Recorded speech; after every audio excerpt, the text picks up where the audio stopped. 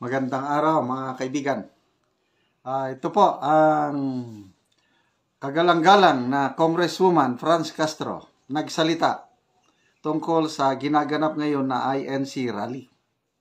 Nako, minaliit po niya, tapos binatikos pa niya yung intention ng rally na for peace. Sabi niya, hindi. Ano yan? Basahin ko ang kanyang statement. Pinost ito ni Chito Puente. Sabi niya, this rally is not about peace and unity. It's a calculated move to protect Vice President Duterte from answering various allegations about her misuse of confidential funds and her accountability for the deteriorating quality of education in our country. Okay. So, meron pang dagdag, medyo maliit. Tingnan ko ako, mabasa ko Sabi pa niya, walang rally ang makapagbubura sa katotohanan. Dapat managot ang mga opisyal sa gobyerno sa kanilang mga ginawa. Ang milyong Pilipino sumusuporta sa impeachment at humihingi ng hustisya at pananagutan. Hindi political theatrics. Walang tunay na kapayapaan kung walang hustisya. Ang galing naman ang ganda naman ng panawagan ng hustisya daw. Nasaan ang hustisya? Yung mga katutubo na sinintensya na ng korte na child abuse, child trafficking ba yun? Convicted na nga ano lang kasi, ang justice system natin na bansa, it requires appeal. Kaya, kahit may conviction na, kulong na sana, kaya lang dahil sa sistema, nag-appeal muna. So, masyadong matapang na nagsasabi na hustisya daw. Anyway, hindi siya naniniwala sa hangarin ng iglesia ng pakay ng rally is para sa kapayapaan at pagkakaisa. Ano daw ito? Calculated move to protect Vice President Sara from impeachment. Meron din akong napanood na vlog ng mga dilawan, si Christian Isguera at saka itong si Professor Ronald Llamas. Ganyan din ang sinasabi na hindi unity, kundi to protect VP Sara from impeachment. Anyway, that's part of democracy. Kanya-kanyang pananaw. So, bahala ng taong bayan. The fact na ang daming mag-attend, hindi lang members ng Iglesia ni Cristo ang nag-attend dyan. Kaninang alas 10, ang estimate na ng crowd na nandun sa Quirino Grandstand, sa Luneta, maabot na po ng 1.5 million.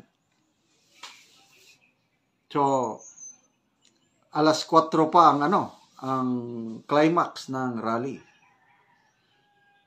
So, may napanood akong vlog, si Gil Bautista, abot daw ng 6 million ang attend. Siguro, yung 6 million buong Pilipinas na kasi 13 locations po ang peace rally ng iglesia. So, kung ako ang mag-estimate, sa Quirino Grandstand, abot yan ng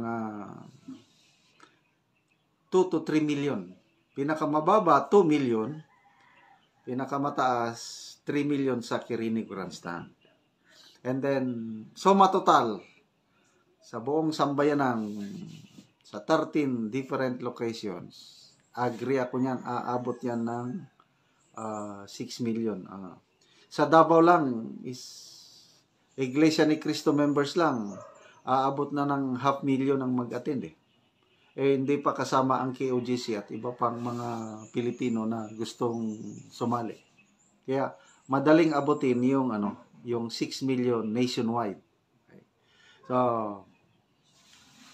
dito sa post ni Chito Puentes, sabi niya,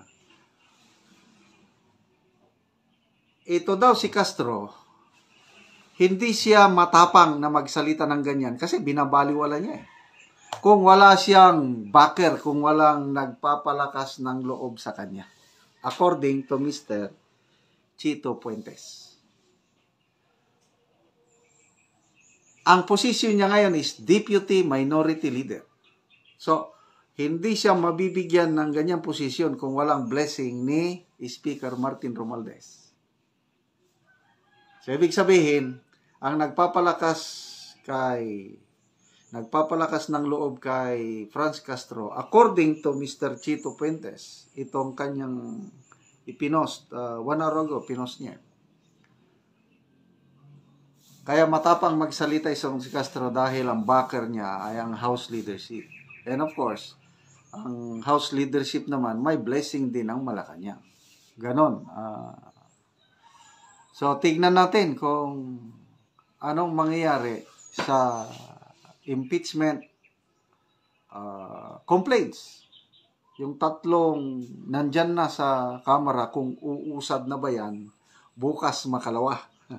Okay, so, gusto ko lang i-share sa inyo, may mga kaibigan nating vloggers na nagla-live coverage. Ito si BMR. Bisitahin natin ang kanyang live coverage.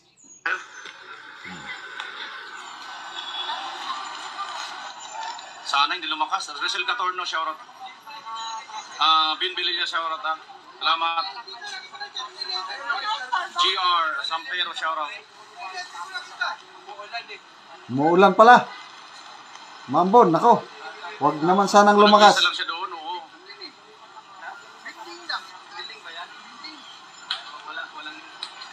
Oo nga eh. Kaso, kahit soft drinks, kahit cobra, hindi ako pwedeng kumain. Ay, uminom kasi wala pang kain eh. Kawawa naman si Kape lang Bimar. ako kanina eh, kape lang. Hindi ako pwedeng mag-ano. Hindi ako pwedeng mag-soft drinks, no? Kahit ano. Tuloy-tuloy lang tayo rito guys ha. Ayun, tingnan nyo to ha. Papakita ko na lang sa inyo rito itong UN, no? Grabe yung tao, ha? Mga nandun, no? Mga sasakyan, no? Ito rin yung UN, no? Ayan, no? Sa UN Avenue pala siya. Natin palawin nyo. Ito, may 7-Eleven dito. Kanya-kanya ng diskarte, guys. Medyo lumalakas ng ulan, ha? Kaya, kumahanap na tayo ng masipilukan. Mahirap na magkasakit dito.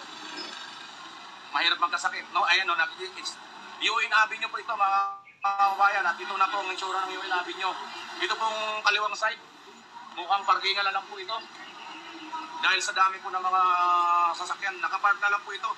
Itong kanang side na lang po yata yung gumagana, oh. Kaya lang, punong-puno pa rin ang sasakyan.